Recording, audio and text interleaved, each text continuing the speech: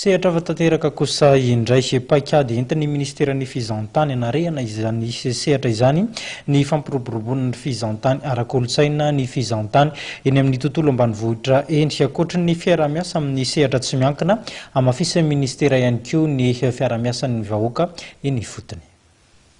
Ampiditra mpizahatany misaray tapitrisa mandrapatonga ny taona 2024 eto Madagasikara ny tanjona napetraka ny ministera ny fizahantany.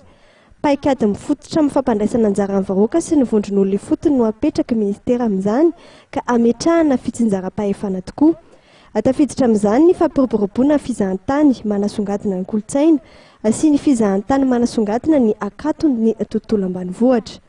Ny zavatra tena lehibe indrindra dia ny fandraisana anjara ny vahoaka malagasy ao anatin'ny fampandehanana amin'izay tourisme izay. Izay midika hoe tsy maintsy misy fiantraikany eo amin'ny rafitra hitantanana ministera mba hanamafisana zany ny décentralisation. Izany koa dia tsy maintsy misy fiantraikany amin'ny endriky ny fizahantany tiatsika hanavahana ny Madagasikara ao anatin'ilay faninanana iraisam-pirenena. Ao zao ohatra zany amin'izany tetika izany ny fampandrosoana ny tourisme culturel. Izay tourisme culturel zay afahantsika zany mampiseho ny akanto, afahantsika mampiseho ny arena lehibe ananantsika eo amin'ny lafin'ny kolotsaina na eo amin'ny lafiny ihany koa rehefa andrahoan-tsakafo gastronomie, ny riba sy ny fomba mampanao malagasy ireny zany hotrandrahantsika ireny amin'ny alalan'ny fametrahana an'ireo le village culturel. Ny anomboana amin'izany zao ohatra dia amin'ny Nosy Sainte-Marie le village culturel mba ahafahan'ireny ho lasa vitrine ho an'ny Madagasikara ka andresy lahatra ny mpizahatany andeha makaty amin'ny tany be.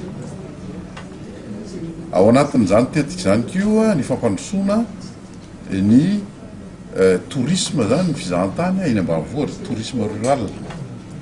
Efa misy zany amin'izao fotoana zao ohatra zao any amin'ny faritra zavamaniry. Ireny zany no ezahana koa mba ho aparitaka eran'ny Madagasikara ny fisiany zany village culturel zany izay ny endrika anankiray fampidirana n'ilay vahoaka malagasy ao anatin'ilay fampandehanana ny fizahantany eto amintsika. Misy 120 moa ireo réserve foncière touristique na irony faritra malina mpizahatany ka afaka anaovana fampiasam-bola irony eto Madagasikara.